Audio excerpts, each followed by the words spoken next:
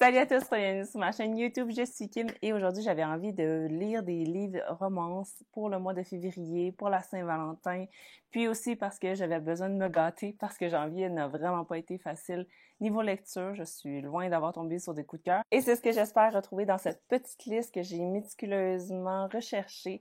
Donc ce serait vraiment le fun d'avoir un, peut-être même deux bols d'or, c'est-à-dire des 5 sur 5. La première lecture avec laquelle je vais commencer aujourd'hui même, ça va être un roman de Casey West dont j'avais beaucoup apprécié la nouvelle dans un collectif pour Noël. Puis là, je me suis dit, hey, ça fait longtemps que j'ai pas lu de Casey West, puis j'apprécie toujours ses romans, donc pourquoi pas. Alors, j'ai été retirer ce titre juste à temps parce que j'allais m'en débarrasser avec une pile d'autres livres quand j'ai fait mon ménage en 2022.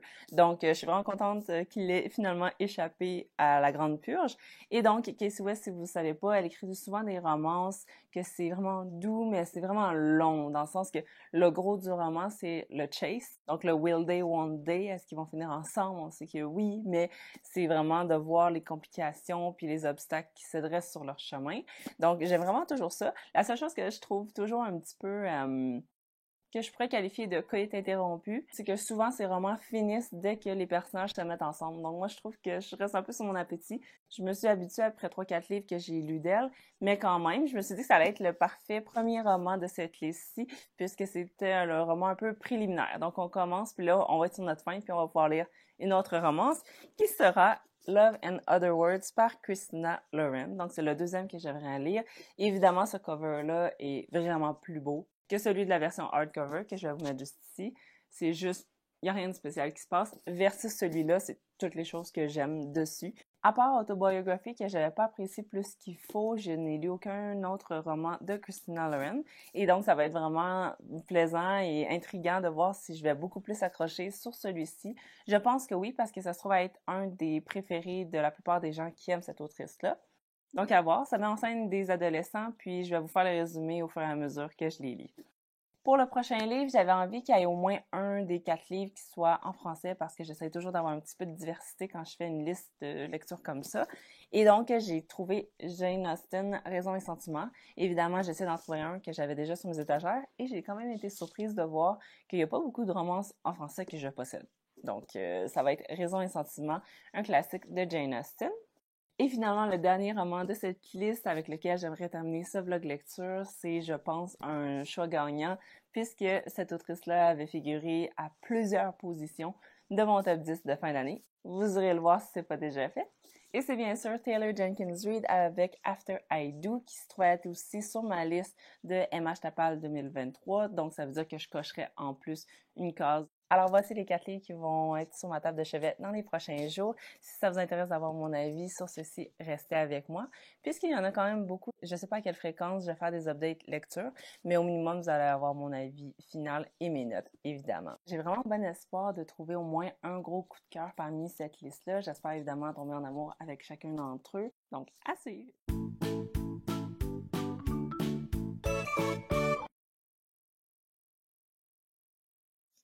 Alors, première update, vous m'excuserez, Lydia fait du bruit en arrière avec son casse-tête, mais c'est ça, grâce au livre audio, je suis rendue quand même à 63%, les 2h50, puis si c'était pas de mon souper ce soir avec des amis, je pense que je le finirais aujourd'hui même, mais je suis vraiment super intéressée, c'est un excellent départ, je suis très intéressée par l'histoire, surtout que là, il y a une sous-intrigue qui vient de commencer, donc je suis bien captivée, puis les personnages sont bien intéressants, j'aime bien leur dialogue witty, avec des petites répliques qui se veulent drôles. Donc, je suis très, très, très bien embarquée. Puis c'est ça, j'ai hâte de voir comment ça va se finir. Petite intervention de Kim du futur, parce que j'ai complètement oublié de vous donner le résumé. Donc, on va suivre Lacey Barnes, qui termine sa dernière année du secondaire, mais qui a été choisie pour être dans les personnages principaux d'un grand film. Donc, c'est super, sauf pour ses devoirs. Son père va pas vraiment apprécier ça, donc il va lui assigner un tuteur qui est plutôt cute. Il s'appelle Donovan, puis il est très droit, très impliqué à l'école, donc un peu tout le contraire d'elle. Et lui, en plus, il y a une règle personnelle de ne pas sortir avec des actrices. tout court. Donc, c'est quand même assez intéressant parce que là, Lacey va avoir de la misère à avoir de la chimie avec son co-star qui est très populaire. Donc, elle va devoir un peu sortir de sa zone de confort pour aller expérimenter dans la vraie vie et pourquoi pas avec son tuteur. Donc, ça va être quand même super, super cute. Puis, ce que j'ai beaucoup apprécié, c'est que il y a deux personnages du livre de Casey West qui se trouvent dans un autre de ses précédents livres. Love, Life and the List, que j'avais beaucoup apprécié aussi, que j'ai lu il y a environ 2 ans. Puis c'est ça, tout ça pour dire que la présence des personnages secondaires est quand même très importante. C'est pas juste accessoire, ils s'en servent vraiment. Puis je trouve que ça l'aidait à croire à l'entourage et à la crédibilité du personnage. Donc j'ai bien apprécié ça. Alors, il est 5h15 et finalement, j'ai terminé juste avant qu'on parte pour notre souper le livre. Donc, j'ai vraiment été agréablement surprise. Ça s'est lu vraiment en juste one sitting. Je lui donnerais 4,5. J'ai vraiment apprécié les personnages, le contexte aussi avec son métier d'actrice.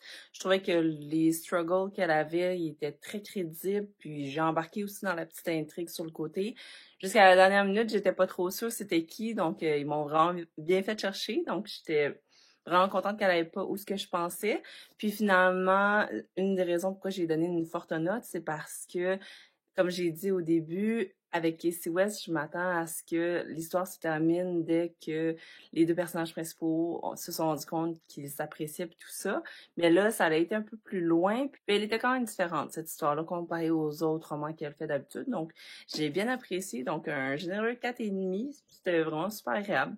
Donc, vu que ce soir, on s'en va directement à un souper et que ça risque de finir tard, je vais commencer le prochain livre demain, dimanche.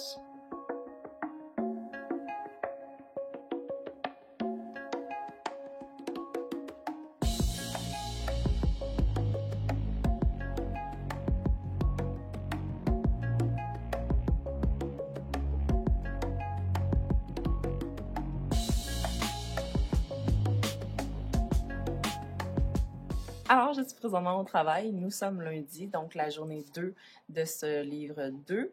J'ai vraiment apprécié ça. Hier, c'était la journée 1 et j'ai terminé ma lecture à 49%, donc j'étais vraiment à la moitié et j'aime vraiment beaucoup. Alors, c'est l'histoire de Macy et d'Eliot qui se connaissent depuis qu'ils ont 13-14 ans. On sait qu'ils ont eu une histoire ensemble, mais on sait pas pourquoi. Ils ont cessé de se parler pendant plusieurs années. Puis là, on va avoir des flashbacks entre le présent et le futur pour comme un peu expliquer pourquoi ils en sont où ce qu'ils en sont, puis on va les voir réentrer dans la vie l'un de l'autre. Puis, c'est vraiment cute. Niveau point négatif, ce que je dirais, c'est que je suis un petit peu tannée des retours dans le futur passé. C'est comme un chapitre sur 2, puis les chapitres sont plutôt courts, donc ça arrive quand même rapidement. Tu sais, t'es dans l'histoire, t'es dans le présent, puis là, ça va dans le passé, ce qui est vraiment super cute. Mais après, ils étaient ensemble, puis là, tu reviens dans le présent, puis ils sont plus ensemble. Fait que c'est un petit peu, pas étourdissant, mais ça l'aide, mettons, comme point positif, ça l'aide à ce que mon intérêt soit conservé parce que je veux savoir ce qui va se passer. Je trouve que ça me donne une vibe de One True Love, ce que j'avais vraiment beaucoup apprécié. C'est mon top 2 de mon top 2022. Donc, alors c'est ça, mon cœur vit plein d'émotions. J'aime beaucoup l'écriture aussi, j'ai hâte de retourner au personnage, puis je pense que ça va être un de mes livres préférés, là. À date, je le feel vraiment beaucoup. J'ai hâte de retrouver cette dynamique-là entre les deux. Puis, je suis bien. En plus, ils adorent lire ensemble. Leur activité préférée, c'est d'aller dans le closet pour s'asseoir puis qu'il y a plein de livres. Puis, ils lisent ensemble des heures et des heures. Puis, tellement la meilleure relation. J'ai tellement hâte de voir ce qui va se passer, mais en même temps, je veux pas qu'ils se finissent. Mais je pense que je vais finir ça ce soir ou demain, c'est sûr. Alors, il est 18h35 et je suis rendue à 74% déjà. J'avais pas prévu lire nécessairement aujourd'hui full intensément pour le finir dès que possible, mais j'ai lu une centaine de pages au bureau en audiobook parce que ça se fait super bien. Des fois même, il fallait que je fasse des pauses tellement j'étais c'est bien trop cute! Fait que je vous reviens très bientôt. Je pense que je vais le finir ce soir. Il me reste 1h20 selon les estimations Scribd. Donc, c'est parti!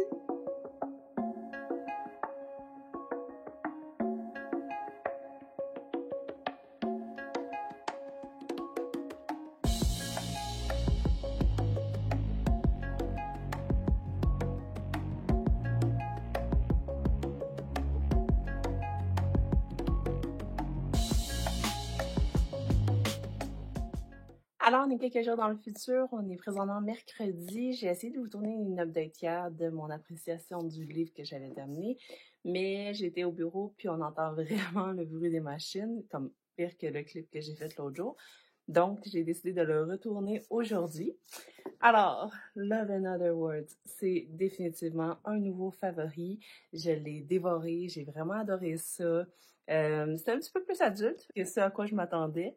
T'as la trame narrative du passé, donc quand ils ont 13-14 ans, puis ça revient au présent lorsqu'ils ont environ 29 ans.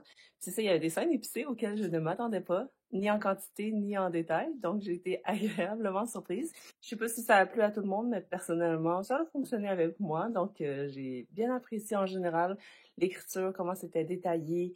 J'ai aimé aussi les personnages. Je comprenais leur motivation, je comprenais leur perspective, je comprenais leurs agissements aussi. Même plus tard, lorsqu'on comprend à la toute fin la raison pour laquelle ils ont été séparés. Euh, J'avoue que c'était quand même une petite affaire tirée par les cheveux, mais écoute, j'étais rendue à la fin, j'étais déjà en amour, donc pour moi, ça l'a passé. C'était limite, mais maintenant que ça l'a passé. Non, sérieusement, l'expérience lecture était incroyable aussi. Maxime était dans son bureau un petit peu plus loin, sans écouteurs, puis il m'entendait avoir toutes les émotions, tous les bruits aussi. J'étais vraiment bruyante comme lectrice hier. J'étais comme, ah, ouh, non! J'étais comme, all the feels, all the sounds. Fait que, ouais, ça a été vraiment une expérience concluante. Je l'ai vraiment beaucoup apprécié. Puis juste le cover, là, il mérite un 10 sur 10, là. Avec les lettres embossées ici, là, c'est magnifique. Alors, c'est pour ça que je peux déclarer que j'ai officiellement trouvé mon coup de cœur. Je ne m'attendais pas à le trouver si tôt, mais oui, c'est définitivement un 5 sur 5, donc un bol d'or qui va rester sur ma bibliothèque très longtemps. Aujourd'hui, mercredi, il fait moins 25 dehors. J'ai pas le goût d'aller dehors, d'où le col roulé. On va essayer de garder au chaud. Donc, hier, j'ai commencé Raison et Sentiment, que je lis aussi un peu en anglais, Sense and Sensibility. J'avais les deux versions dans ma bibliothèque, donc ça m'aide à avoir la version audio pour lire plus rapidement, pour être certain que ce vlog-ci soit uploadé avant ou dans la semaine de la Saint-Valentin. Donc, c'est ça, beaucoup de personnages. C'est quand même spécial de se plonger d'un livre à l'autre très rapidement. C'est déroutant des fois quand les personnages, les prénoms se ressemblent. Mais sinon, c'est ça, j'ai pas full émotion avec ce livre-là. J'aurais peut-être pas dû prendre un classique. Mais en tout cas, je vais passer à travers. Là, je suis rendue au chapitre 11. Donc, tu sais, ça avance. En heure d'écoute, il me reste environ 8 heures. Donc, je vais peut-être le finir jeudi, vendredi, mettons. Et après, ça va être Taylor Jenkins. J'ai hâte. Alors, on est vendredi présentement, je suis de retour au bureau, puis j'ai décidé de prendre une pause de Raison et Sentiment. J'étais pas vraiment investie dedans, pas vraiment intéressée, puis j'ai lu une douzaine de chapitres environ, puis le setup était long, puis j'étais comme, ah, pourquoi je lis des classiques déjà? Ils font juste parler de leur famille, ils font rien de leur journée. En tout cas, j'étais pas trop dedans, comme vous pouvez voir, puis ça brisait, je trouve, ma montée vers le... Je suis vraiment full enthousiaste et j'adore toutes les lectures. Donc, à date, je vais le mettre de côté. Je sais pas si je vais le reprendre plus tard dans le vlog ou plus tard dans l'année, mais pour l'instant, c'est pas un DNF officiel, je vais juste le mettre de côté. Mercredi soir, j'ai commencé, juste pour comme voir en comparaison de mon livre que j'étirais parce que j'étais pas dedans, After I Do. Puis, c'est bon. Après même pas 10 pages, je sentais comme si je revenais à la maison. C'est tellement une bonne lecture. C'est l'histoire, comme je vous en avais parlé dans ma palle de MH Tapal. C'est l'histoire de Lauren et de Ryan, qui sont un couple marié depuis plus d'une dizaine d'années. Puis là, ça va plus. La magie du début est disparue. Donc là, ils vont essayer de faire une entente. Je suis pas encore rendue là. Ils vont essayer de faire une entente pour se séparer pendant 1 an. La seule règle, c'est de ne pas se contacter. Ils ont le droit de faire tout ce qu'ils veulent sinon. C'est un livre qui parle de monogamie, de qu'est-ce qui se passe quand il reste plus d'amour dans le couple, etc. Donc, à date, j'adore ça. Alors, ma pause dîner s'achève, mais je voulais juste vous dire que j'ai terminé la partie 1, donc je commence le moment où ils essaient leur petite entente. Puis, c'était vraiment spécial juste avant, là. C'est le point de climax dans leur couple, parce que ça va vraiment plus, puis qu'ils sont même plus capables de s'endurer dans la même maison, d'où la suggestion d'essayer de vivre séparés. Puis, c'était tellement réaliste, intense, puis je l'écoutais en audio en plus.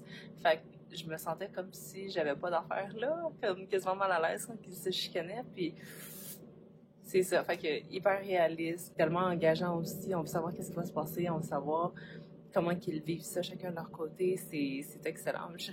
Mes updates, ça va tout être positif, mais c'est pour ça qu'il fallait que je continue Raison et Sentiments. Mais à voir, j'ai pas complètement abandonné l'autre, je vais juste le mettre de côté. En attendant, j'ai trop de fun. Mais une chose est sûre, c'est que si je reprends Raison et Sentiments, je veux terminer vraiment avec la fin de ce livre-ci, parce que j'ai l'impression que ça va être un high versus l'autre. Faut pas, si je me suis beaucoup ennuyée tout le long, ben ça se peut qu'à la fin, je sois comme contente que ce soit fini. À voir. On verra, mais c'est sûr que la fin de celui-là, c'est la fin du vlog.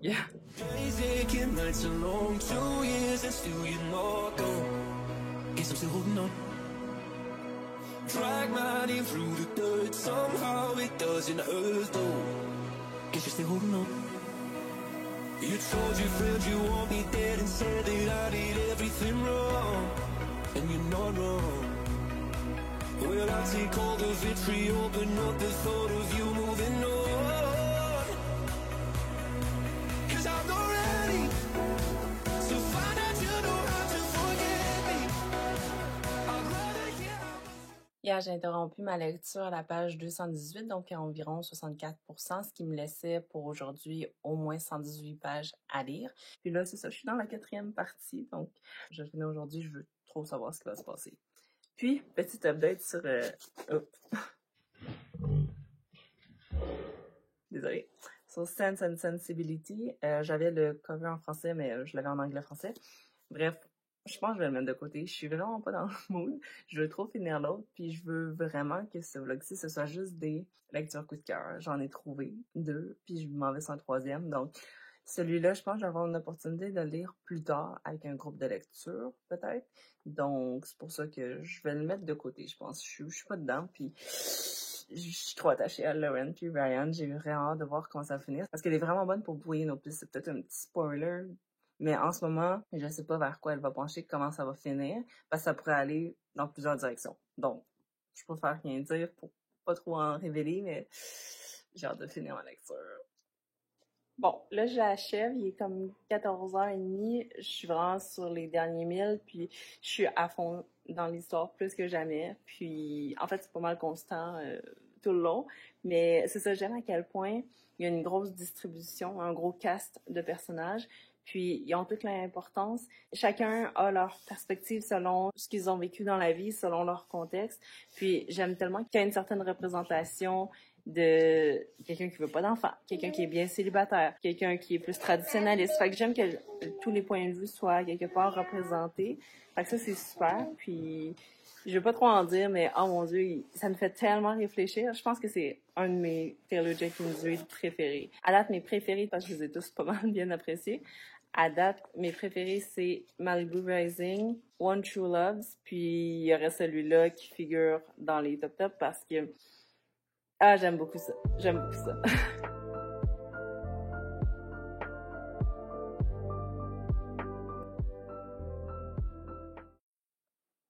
Il est 3h30 et j'ai terminé After I Do. C'est une excellente lecture. Je parle doucement parce que je suis pas revenue de mes émotions. C'était incroyable. J'ai adoré. Je sais pas quoi dire d'autre.